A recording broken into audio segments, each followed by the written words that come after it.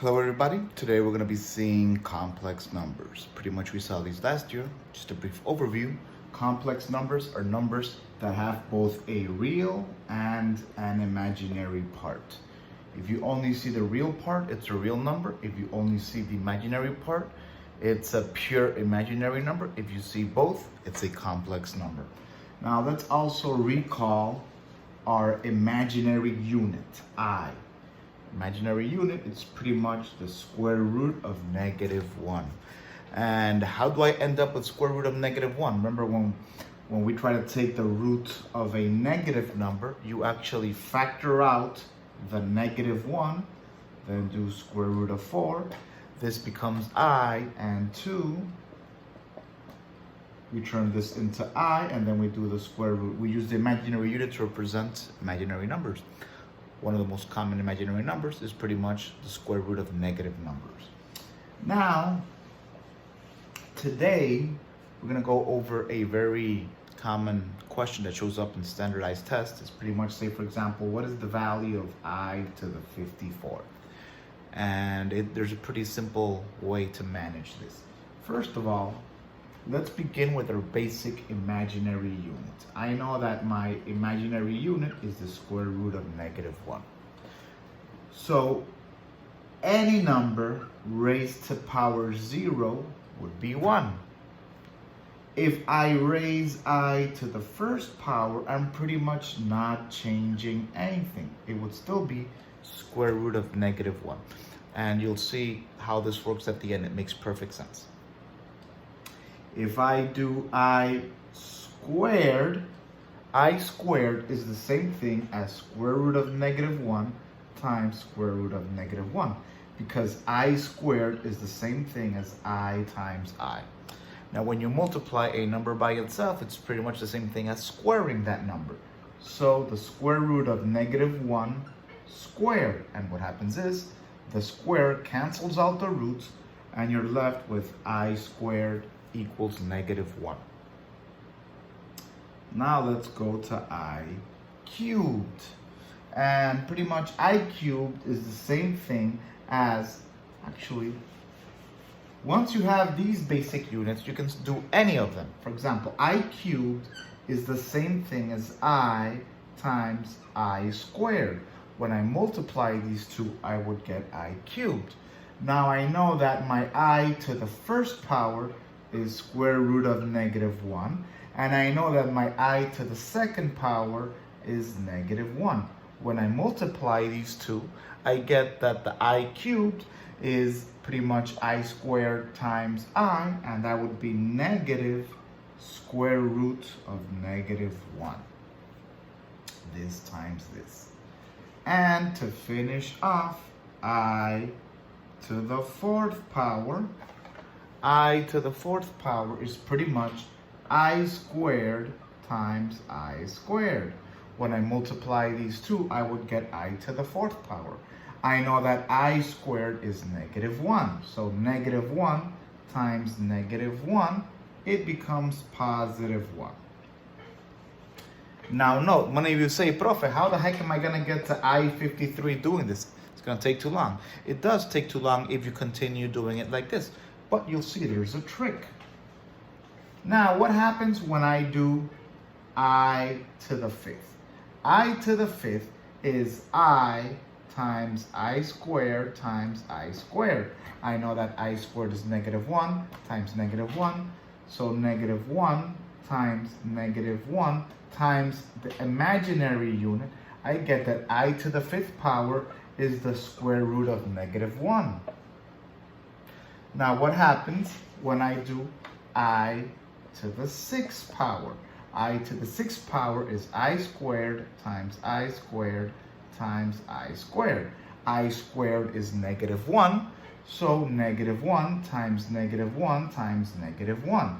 -1 times -1 is +1 times -1, -1. Again, you can start seeing a pattern.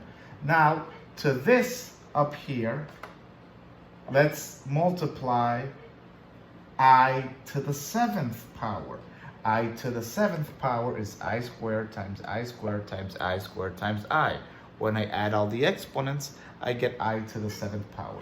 I know that I squared is -1, -1, -1, and I is square root of -1. When I multiply all these, pretty much I end up with -1 times the square root of -1, meaning I get negative square root of -1.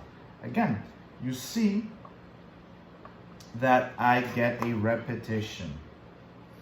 And I to the 8th would pretty much be I squared times I squared times I squared times I squared, -1 times -1 times -1 times -1.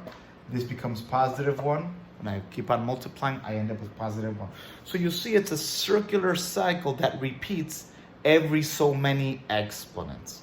So there's actually a trick to pin down any number that you might want to find.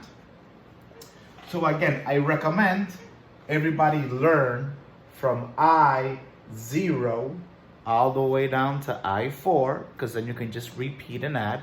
So make sure you know these values. And also remember that I, or the imaginary unit, equals the square root of -1. Now, in order to find pretty much any value, you're gonna get the following. And there's a mistake in the book, by the way. This book has a couple of mistakes. I'm here to correct them because I'm awesome. Just know that when your exponent is greater than 0, let's use this table.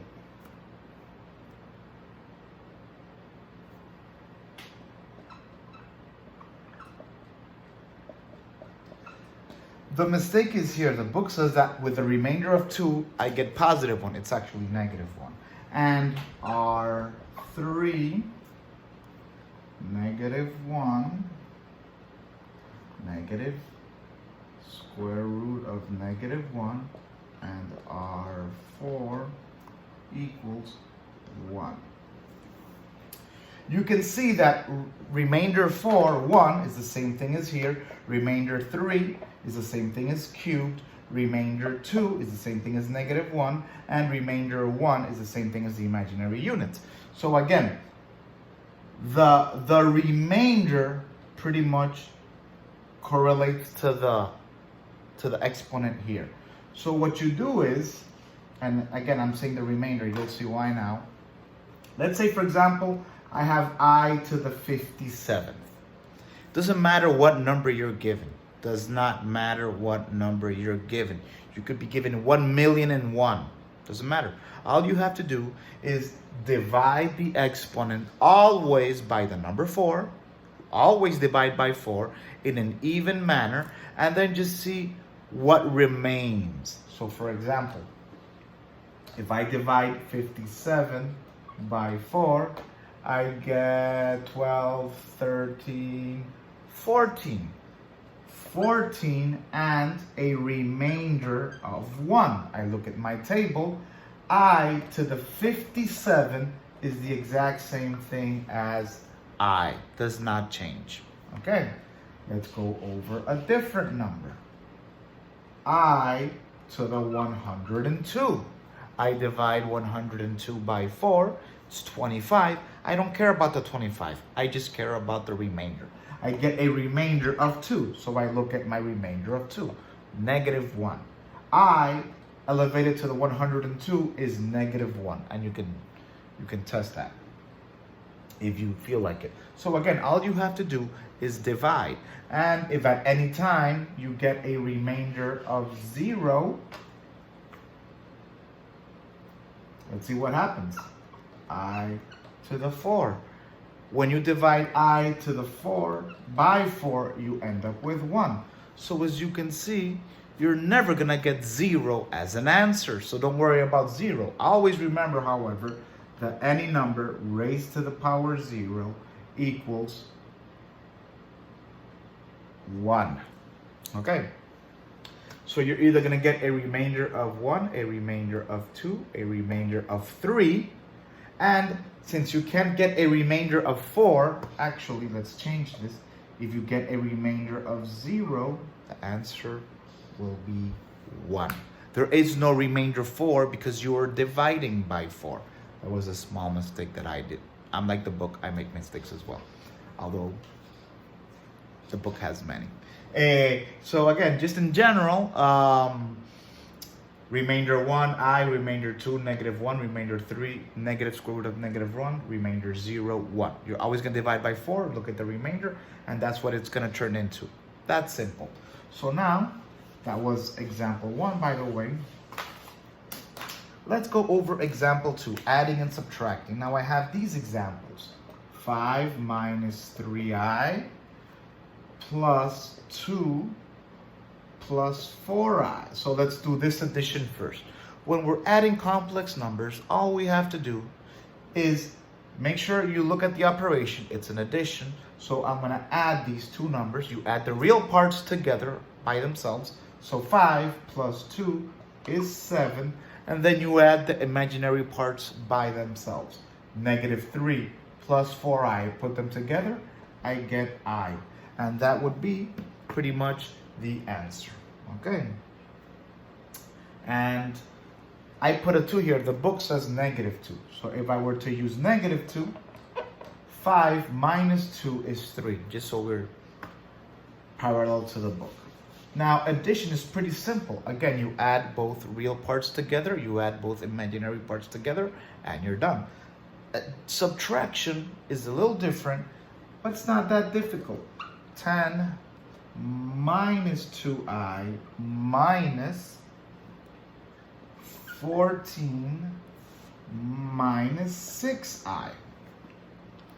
All you have to do, and this is the number one mistake students do when they're doing these types of subtractions. All they do is they do 10 minus 14 -4, and then they add these two, -8i.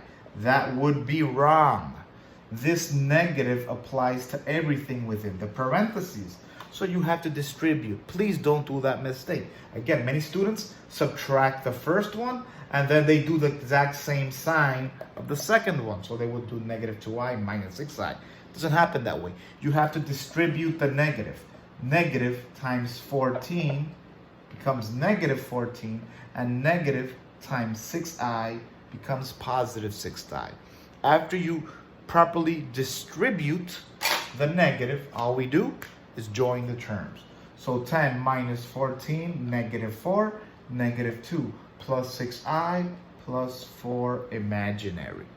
And pretty much that's it for today's class. Tomorrow we will finish off 0.2. Take care.